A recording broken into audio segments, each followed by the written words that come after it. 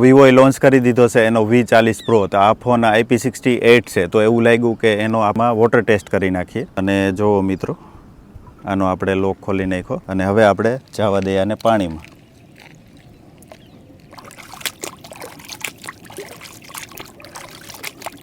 તો મિત્રો, આ V40 Pro તમારી પાસે હોય અને પાણીમાં પડી જાય તો કાંઈ ટેન્શનવાળી વાત નથી.